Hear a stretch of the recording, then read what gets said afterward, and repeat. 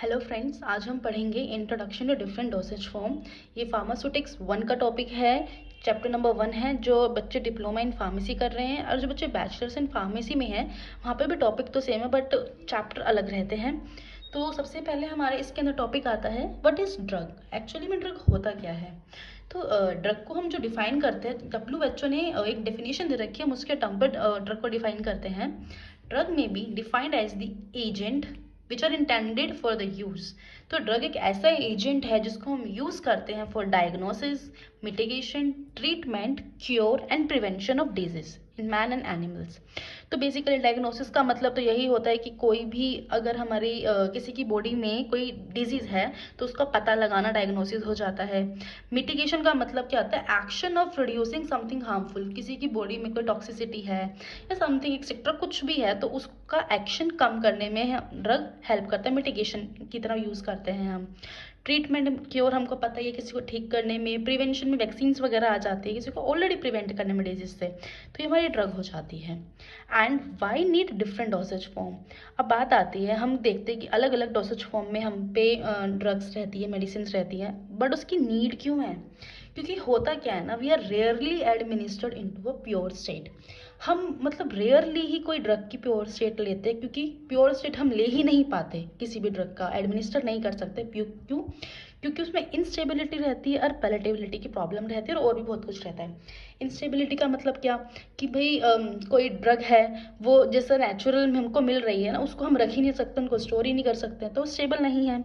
और पैलेटेबिलिटी कोई इतनी कड़वी है, कोई बहुत खट्टी है, तो खट्टा भी जब ज़्यादा हो जाता है वो भी कड़वा लगने लग जाता है, तो वो नॉर्मल हम नहीं ले सकते। सो हम उसको क्या करते हैं, कन्वर्ट करते हैं डिफरेंट डिफरेंट फॉर्मुलेशंस में और डोसेजेस में। तो नेक्स्ट आता है, जो हम डोसेजेस पढ़ रहे हैं ये होता क्या है। तो डोसेज बेसिकली और कुछ नहीं, कॉम्बिनेशन होता है किसका, ड्रग और नॉन ड्रग का। कि भाई एक ड्रग में अगर हम नॉन ड्रग कंपोनेंट, जिसको हम क्या कहते हैं, एडिटिव्स, अगर हम उनका कॉम्बिनेशन करते हैं एक सही पर्टिकुलर अमाउंट में तो हमको मिलती है एक डोसेज फॉर्म। अब ड्रग तो हमने ऊपर पढ़ लिया कि ड्रग होती क्या है ना। तो बात आता है कि नॉन ड्रग क्या होती है। नॉन ड्रग यानी कि एडिटिव्स क्या चीज़ें होती है। एडिटिव्स ना हमारा कोई टल्कम पाउडर भी हो सकता है ना, कोई स्टार्च हो जाता है। Basically things which are used as binders, flavouring agent, ये सारा एडिटिव्स होता है। ठीक है। अब additive gives particular shape to the formulation. अब क्या आता है, जैसे टैबलेट्स वगैरह होती हैं तो उसको एक मतलब पर्टिकुलर शेप देने में, जैसे कि स्फेरिकल शेप आती है ना, ऐसी शेप्स देने में बहुत हेल्प करता है। अब शेप भी मिलती है, स्टेबिलिटी भी मिल जाती है किसी भी फॉर्मुलेशन को, पैलेटेबिलिटी भी अच्छी हो जाती है, एलिगेंस भी, मीन्स वो देखने में भी टैबलेट अच्छे लगते हैं। जैसे बच्चों की दवाइयाँ होती हैं, पीडिया की दवाइयाँ आती हैं, वो बच्चों को देखने में बड़ा अट्रैक्टिव लगती है तो वो खुश खुश होकर खा भी लेते हैं, तो इस चीज़ का भी ध्यान दिया जाता है। फिर नेक्स्ट हमारा आता है कि डोसेज फॉर्म का इम्पोर्टेंस क्या है, क्यों इम्पोर्टेंट है। देखो, तो पहली बात क्या होती है ना, सेफ़ होती है, कन्वीनियंट होती है, एक्यूरेट होती है।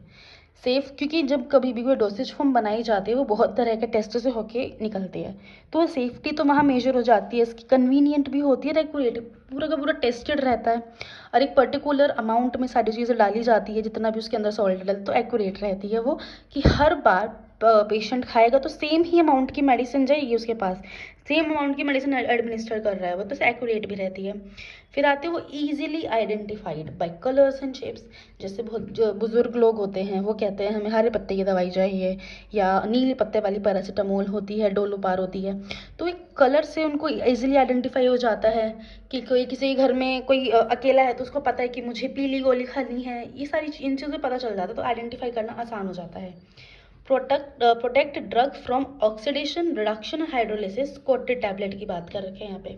जब कभी भी टैबलेट बनाते हैं ना उसके ऊपर हम पॉलीमर्स की कोटेड कर देते हैं, जिससे ना वो ऑक्सीडेशन से भी बच जाता है। रिडक्शन, ऑक्सीडेशन का मतलब ऑक्सीजन का अटैच होना, रिडक्शन मतलब ऑक्सीजन का निकलना, हाइड्रोजन का अटैच होना।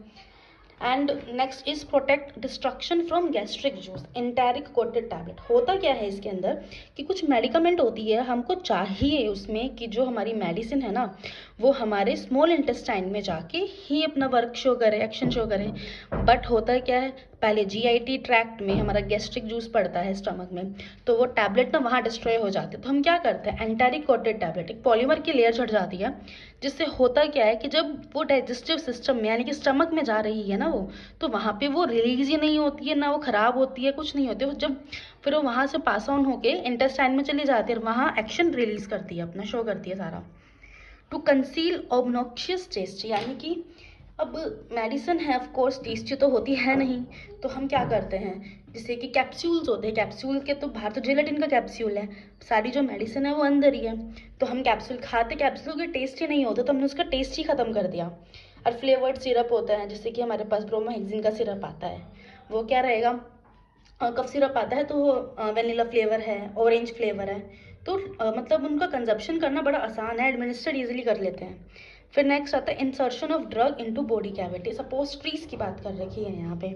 इसमें क्या होता है कि जो बॉडी के अंदर जब हम इंसर्शन करते हैं ना कैविटीज़ में, जैसे कि वेजाइना में हो गया, रेक्टम में हो गया, कि कभी कभी हमको ना पूरी बॉडी में इफेक्ट शो नहीं करना होता, एक पर्टिकुलरली लोकल इफेक्ट शो करना होता, तो वहाँ पे सपोस्ट्रीज हो गया, ये बहुत ज़्यादा हेल्पफुल होती है। जैसे कि हमारे पास क्लोट्रिमाजोल की सपोस्ट्रीज आती है, बहुत ज़्यादा फेमस है वो कैंडिड की। Next is provided optimum drug action through inhalation. Inhalation में एरोसोल्स आता है कि जिसको रेस्पिरेटरी की प्रॉब्लम होती है, तो मतलब मेन मेडिसिन का काम होगा उसके लंग्स में, रेस्पिरेटरी ट्रैक्ट में, तो वहाँ उसके लिए एरोसोल से कि अच्छा इफेक्ट, मैक्सिमम इफेक्ट शो हो पाता है उससे। Next is maximum drug action from topical administration, से क्रीम लिनीमेंट्स होती है कि ज़्यादा, क्योंकि वही टॉपिकल वाली बात आ गई कि जस्ट लाइक हमको ये बीटाडीन लगा लेते हैं, हम सोफ्रामाइसिन लगा लेते हैं, तो क्योंकि हम पूरी बॉडी में कुछ कट लगा है या जला है, सिल्वर एक्स लगाते हैं, तो पूरी बॉडी को ट्रीटमेंट देने की ज़रूरत नहीं होती है, एक पर्टिकुलर एरिया को ट्रीटमेंट देने की ज़रूरत होती है, तो इसलिए हम टॉपिकल एडमिनिस्ट्रेशन कर पाते हैं, बना ही पाते हैं ऐसी dosage form. Next is sustained release action through controlled mechanism.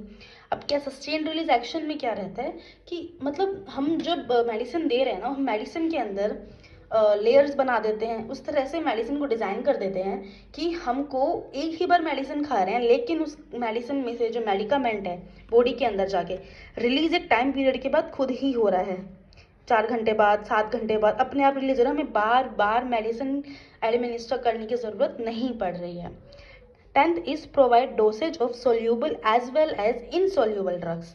जैसे क्या, बहुत सी हमारे पास ड्रग्स ऐसी होती है जिसमें सोल्यूबिलिटी इशू होता है, कुछ तो इजीली सोल्यूबल हो जाती है, सोल्यूशंस हो गया, लेकिन कुछ ऐसी ड्रग्स भी होती है जो इनसोल्यूबल होती है, जैसे कि सस्पेंशंस। तो now we have idea and we have trick कि हम कैसे इनसोल्यूबल ड्रग्स को कैसे हम सस्पेंडिंग एजेंट की हेल्प से एक सस्पेंशन बना देते हैं, जिसमें सस्पेंशन में आपने देखा होगा लेबल में बोलते हैं शेक वेल बिफोर यूज, तो हम हमारे पास जो भी मेथड है।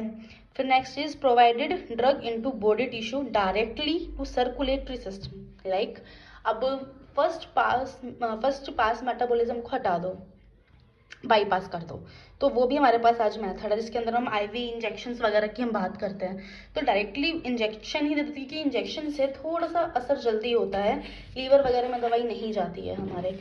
तो next is are dosage forms.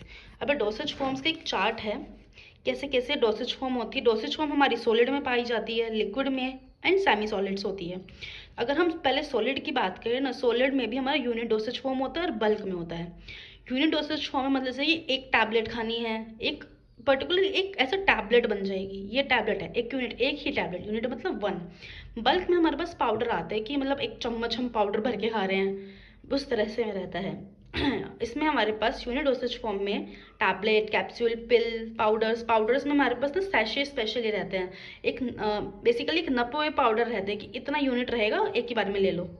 Bulk में हमारे पास क्या रहता है, जो बल्क वाला हमारा सॉलिड होता है ना, वो internal as well as external के लिए यूज़ करता है। इंटरनल जैसे जो हम बॉडी के अंदर ले रहे हैं, जैसे कि फाइन पाउडर्स हो जाते हैं, एफरवेसेंट ग्रैन्यूल्स, इसमें सबसे अच्छा एग्जाम्पल होता है इनो। क्या करते हैं हम बॉडी के अंदर तो ले रहे हैं, इंटरनली जा रहा है ना, एडमिनिस्टर कर रहे हैं। एक्सटर्नल में क्या आता है हमारे पास, जस्टिंग पाउडर, इंसफलेशंस, टूथ पाउडर्स, स्नफ्स, ये बॉडी की हम इंटरनल एडमिनिस्टर नहीं कर रहे हैं, ओरल रूट से हम इनको ले नहीं रहे हैं। पाउडर वगैरह बाहर लगे रहते हैं, जैसे इंसफलेशंस एंड स्नफ्स जैसे में क्या रहता है कि हम नोज से इसको इनहेल कर लेते हैं, तो ये पूरी बॉडी के सिस्टमिक सर्कुलेशन में नहीं जाता है, बहुत अच्छे से जाता है लेकिन बहुत कम जाता है, तो उसको एक्सटर्नली हम रखते हैं। टूथ पाउडर तो जो हम ब्रशिंग में यूज़ करते हैं, डेंट्रीफ्राइजेज होते हैं इसके अंदर। फिर नेक्स्ट डोसेज फॉर्म हमारी लिक्विड वाली आती है। जो लिक्विड की डोसेज फॉर्म होती है ना, वो हमारे पास मोनोफेसिक एंड बाईफेसिक में पाई जाती है। मोनोफेसिक मतलब क्या होता है कि ना लिक्विड का एक ही फेस है, जिस लाइक उसमें ना सोल्यूबिलिटी इशू भी नहीं आता है। आगे हम पढ़ेंगे इनके बारे में भी। मोनोफेसिक में एक्सटर्नल और इंटरनल, तो लिक्विड भी हमारा दोनों फॉर्म में रहता है, या तो हम इसको एक्सटर्नली भी यूज़ कर सकते हैं और इंटरनली भी यूज़ कर सकते हैं। इंटरनल में तो वो क्या क्या है, सिरप, ड्रॉप्स, लिंक्टस, एलिक्सर्स, इन सब के बारे में डिटेल में पढ़ेंगे। एंड एक्सटर्नली हमारे liniment, lotion, eye drops, ear drops, nasal drop, gargles, mouth wash. यहाँ पे एक चीज़ देखेंगे कि यहाँ पे भी ड्रॉप्स है और यहाँ पे भी ड्रॉप्स है। इसके बहुत अच्छे एग्जाम्पल मैं बताऊँ, विटामिन डी के जो ड्रॉप्स आते हैं छोटे बच्चों को दी जाती हैं, तो वो इंटरनल ड्रॉप्स में आ जाएंगे। लेकिन वो ड्रॉप्स जो हम आई के लिए, ईयर के लिए डाल रहे हैं, क्योंकि वो तो हम ओरली एडमिनिस्टर नहीं कर रहे हैं, तो वो हमारे एक्सटर्नल में आ जाएंगे। बाईफेजिंग में जैसे हमारा इमल्शन एंड सस्पेंशन आता है, इस बाईफेजिक में क्या रहता है ना कि हम ऐसे कई दो सोल्यूशंस को मिलाते हैं ना जिसके अंदर सोल्यूबिलिटी है ही नहीं। जैसे कि हमारे इमल्शन में oil in water, water in oil, ऐसे होता है। इनके लिए हमें मल्सीफाइंग एजेंट चाहिए होता है, सस्पेंशन में हमें सस्पेंडिंग एजेंट चाहिए होता है। फिर हमारा नेक्स्ट है सेमी सॉलिड।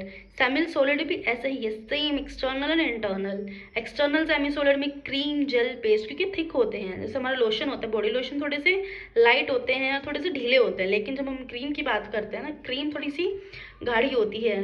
और जेल, पेस्ट सारे एक्सटर्नली यूज होने वाले ऑइंटमेंट आ जाते हैं। और इंटरनली जो हमारे सेमी सॉलिड यूज होते हैं, सपोस्ट्रीज एंड पैसरीज, जो हमने पीछे भी पढ़ा था, जो हमारे रेक्टम एंड वेजाइना के लिए यूज होती है मेडिकामेंट।